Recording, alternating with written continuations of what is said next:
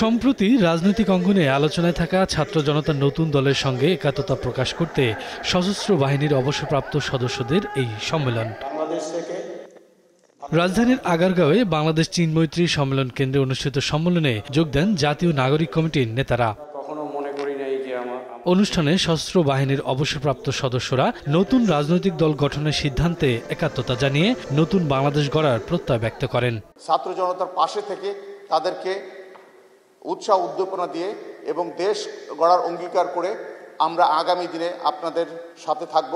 সেনাবাহিনী আবার প্রমাণ করেছে এই 24শে জুলাইতে যে জনগণের পাশে, জনগণের জন্যই কাজ করে আমাদের সশস্ত্র বাহিনী, এবং সেই সশস্ত্র বাহিনীর এই অবসরপ্রাপ্ত আগুনের দলা বলে না, আগুনের দলাগুলো নাগরিক কমিটির পাশে দাঁড়াবে।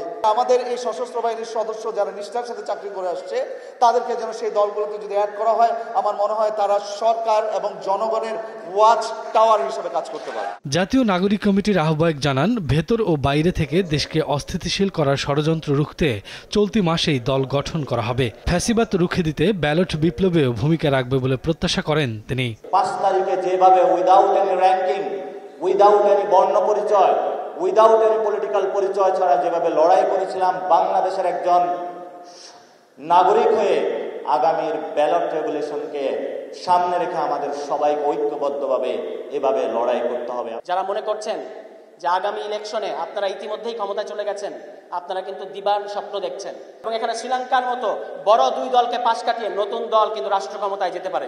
পরিবারতন্ত্রের বাইরে রাজনীতি প্রতিষ্ঠা করা, যোগ্য নেতৃত্বকে পথ ছেড়ে দেওয়াই হবে নতুন রাজনৈতিক দলের বৈশিষ্ট্য।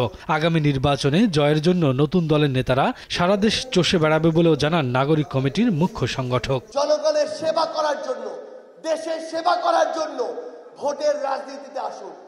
আমরা যে রাজনৈতিক দলটি করতে যাচ্ছি, এখানে কোনো পরিবারতন্ত্র থাকবে না। বাপ নেতা হলে ছেলে নেতা হবে, এই ট্রেডিশন আর থাকবে না। আপনি যদি যোগ্য হন তাহলে আপনাকে আমরা আমাদের চেয়ার ছেড়ে দিতে বাধ্য থাকব। দেশের সেবায় সাবেক সেনা কর্মকর্তাদের ভোটের রাজনীতিতে আসার আহ্বান জানান জাতীয় নাগরিক কমিটির মুখ্য সংগঠক সার্জিস আলম। আর ঘরে বসে থাকার আর সময় নাই। শফিকুজ্জামান রুবেল, সময় সংবাদ, ঢাকা।